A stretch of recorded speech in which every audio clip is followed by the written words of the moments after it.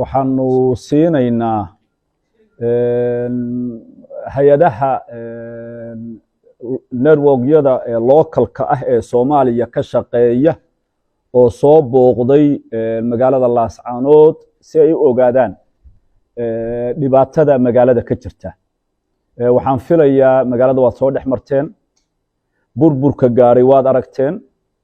dhimashada dadka soo gaadhay waad aragteen. magaaladan in ku dhow 500 oo kun oo qof baa ku noolayd, maantana 50 kun oo qof gudaheeda kuma ay sugna. waxa qaxiyay daadad iyo duufaano iyo dhulgariir iyo dhibaato kale oo ka dhacday maaha, waa duulaanka iyo xabadda iyo madfaca maamulka Somaliland. dhimashadu 150 madaxay la galaysaa in ku dhoweeye,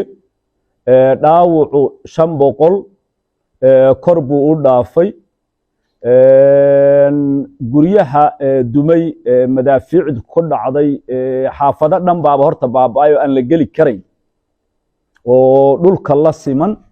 intii aad aragteen idinku ishiinna ku soo aragteen waxaan umaleeyaa kuntameeye inay tahay.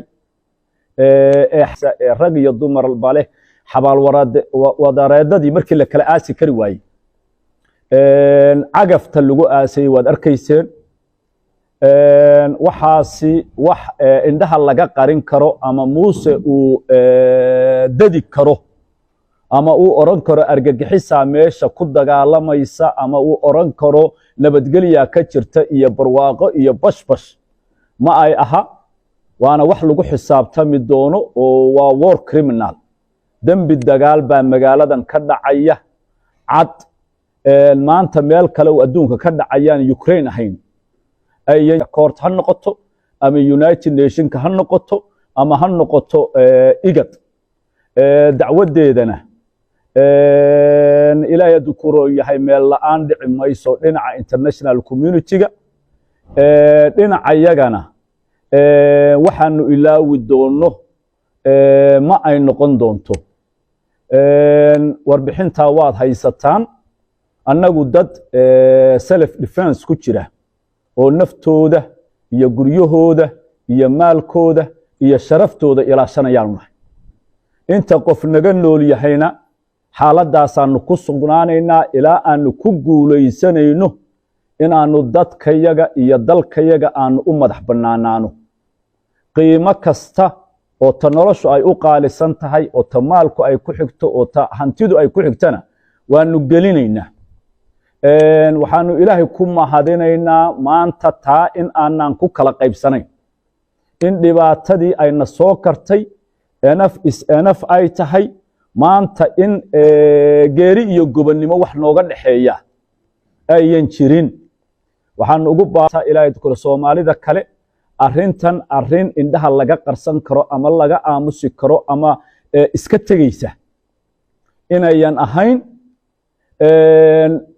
waxtarku wuxuu ku jiraa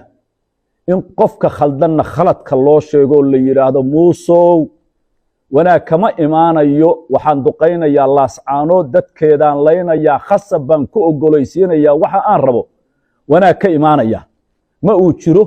in lagu kala dhinto, dhimashadu badato, labada dhinacba la kala go'o, colaadu fido, geeska Afrika ay wada gaadho, ilaahay dukuro yahay ay qabiil iyo isr ay u fido, buu ka shaqaynayaayo ka talinayaa muuse. ciddii gacanta ka qaban lahayd waa loo baahan yahay, ciddii u bareeri lahayd waa loo baahan yahay, ciddii oran lahayd annagu waa ishaynaaye, ciddii marka lala safto wanaagga. waxaa la yidhaahdaa xaqdarradu waxay tanaadaa oo ilaahay hadduu kuu roon yahay kor u kacdaa marka xaqu aamuso. waxaad moodaa Soomaaliya in ay xaqa ka aamusan tahay in yar mooyaane, in yar oo fara ku tirisabaa leh war Somalilanay waad khaldan tihiin, dalkan iyo deegaankan aad ku duusheen xabadda la dhacaysaanna idinkuma lihidina ka soo baxa, guryihiinna ku soo noqda. maalinta codka Soomaaliyeed uu sidaa isku raaco xaqdarradu way jabaysaa. inta laga aamusan yahay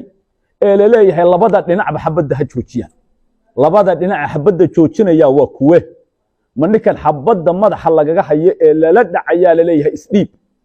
haddii taa aad ku talinaysaan Soomaaliya isdhiibi mayno deegaanka yaga iyo dalka yagana naloogu talin maayo khasabna naloogu talin maayo inta Soomaaliya iyo international community-gan qoranaya leh labada dhinac waxaan u sheegaynaa in ay xabad joojinta ama xaaladda ay hoos u dhigaan arinta ku soo dhawaada cidda khaldan khaladka loo sheego calina garle caydiidna garle nabadgelyana ku imaan mayso horumarna kuma imaanayo maanta waxaan u malaynayaa warbaahintii Soomaaliyeed ee localka ahayd iyo warbaahintii caalamiga ahaydba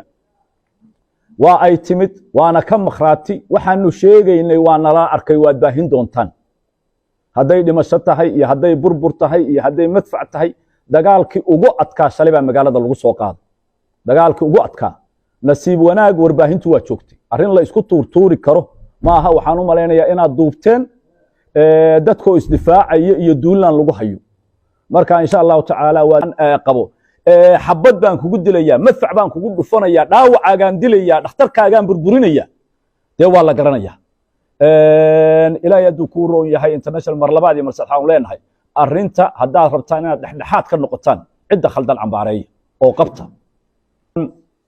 hoos u yaran kuleh waxaan insha Allah taala intaa ku dari lahaa meeshan dhimasho iyo dhaawac badan baa ka yimid dagaalkan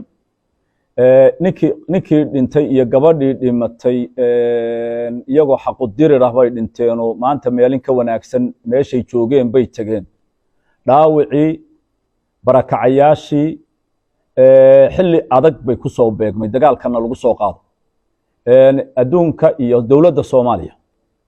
iyo international community-ga waxaanu iyo hay'adihii ku shaqalka lahaa aan u sheegaynaa in dayac ka jiro meelaha kaleba marka suuq yari gubto waxa soo qayla ba ka dhici jiray meeshan supply-gi caafimaadku waa yar yahay ama waaba go'ay dhakhaatiir qaliin ma joogto dhaawici waa dayacan yahay dadkii qaxay sanitationkii waxaan uga baqaynaa meelihii lagu qaxay in uu ka dilaaco cholera iyo ilaahay hadduu kori cudurradii faafa iyo halkaa biyo nadiifa ma haystaan guryahoodii way ka baxeen xilligii dhinacyadan dalka qaybahan ay ugu qaboobayd baa lagu jira hugoodii guryuhu ku gubanayaayo yaala waxaanu leenahay dadka ha loo soo gurmado teendhooyin iyo bustayaal iyo waxyaabihii ay wax ku cuni lahaayeen iyo meelihii biyaha lagu shuban lahaa iyo musqulihii portable-ka ahaa iyo ha loo keeno dhakhtarada shaqaynaya ee dhaawacyada la geynaya laascaanood ku yaalla ee kala baydh ku yaallana supply-gi caafimaad uu ka go'an yahay ha lala soo gaadho inahaasaanuna international community-ga aanu u sheegaynaa waxaan kaloo ku daraynaa international community-gu meelaha kaleba marka ay ka dhacaan dhibaato cidda samaynaysa waa la cambaareeyaaye barakacan iyo dhibkan ha la cambaareeyo hana lagu soo rogo cidda ka dambaysa ee magaalada duqaynaysa 21st century in maanta magaalo kamida magaalooyinka Soomaaliyeed madaafiic lala dhaco iyo hoobiyayaal oo aan la qarsanayno guryihii gubanayaan oo dhakhaatiirtii shaqaynaysay uu madfac ku soo dhaco ninkii waxaa sameynayeen madaxa loo salaaxayo oo leeyahay madaxweynaad tahay iyo maamul baad tahay ee aan argagixisad loo aqoonsanayn balse uu isagu leeyahay argagixisaa bay la dagaalamaysa waxaan u malaynayaa micnaha argagixiso dictionary-ga kamuusan eegin micnaha argagixiso waxa weeye in aad dad ku khasabto adoo isticmaalaya khasab iyo handadaad iyo dil iyo dagaal in aad cid ku khasabto waxayan doonin